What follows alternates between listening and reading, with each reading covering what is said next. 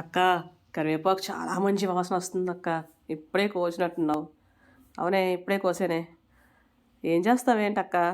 కరివేపాకు పొడి ఏమైనా తయారు చేస్తావా ఏంటి? కరివేపాకు పొడి చేసి అంత ఓపిక లేదు కానీ వేరే వాళ్ళకి ఇవ్వడానికని కోసాను. వేరే వాళ్ళకి ఇచ్చేస్తావా? అక్క, కరివేపాకు ఎంత ఫ్రెష్గా ఉందక్క. వేరే వాళ్ళకి ఎందుకు అక్క ఇచ్చేయడం? చక్కగా కొబ్బరి నూనెలో వేసి మరగబెట్టి దాన్ని ఉంచుకొని హెయిర్కి రాసుకోవచ్చు, చాలా మంచిది. అలాగే పచ్చడి చేసుకోవచ్చు, పౌడర్ చేసుకోవచ్చు, చాలా రకాలు చేయొచ్చు అక్క. తల్లి, నాకైతే ఓపిక లేదు అవన్నీ చేసి, ఓపిక అయితే నాకు అస్సలు లేదు. చూసావా, కరివేపాకు నేను అసలు వెయ్యలేదు. చిన్న మొక్క ఉండేది, ఆ మొక్క తర్వాత దగ్గర నుంచి అలాగా దాని కాయలు పడి అలా చుట్టూ చిన్న చిన్న చిన్న చిన్న చిన్న మొక్కలు వచ్చి ఇప్పుడు పెద్ద మొక్కలు కూడా అయిపోయాయి. ఎటు చూసినా అవే ఉన్నాయన్నమాట గార్డెన్లో. ఇంకా నేను కొంచెం అయితే వీడియో తీసాను కానీ ఇంకా చాలా ఉన్నాయి. ఏం చేసుకుంటాను, వేస్ట్ కదా.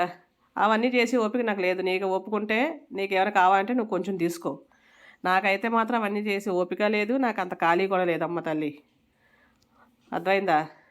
అయినా ఎందుకు అక్క వేరే వాళ్ళకి ఇచ్చేయడం? ఏం చేసుకుంటావే? కరివేపాకు కూడా ఏం చేసేసుకుంటావు, దాచేసుకుంటావు అది కూడానా? ఇదేంటక్క ఇలా కడుతున్నావు?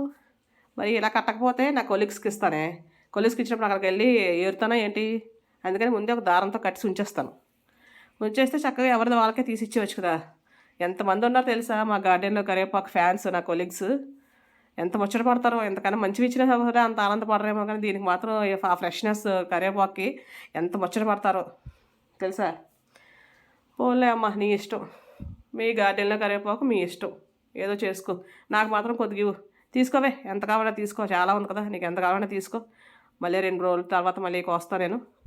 ఓకే అక్క.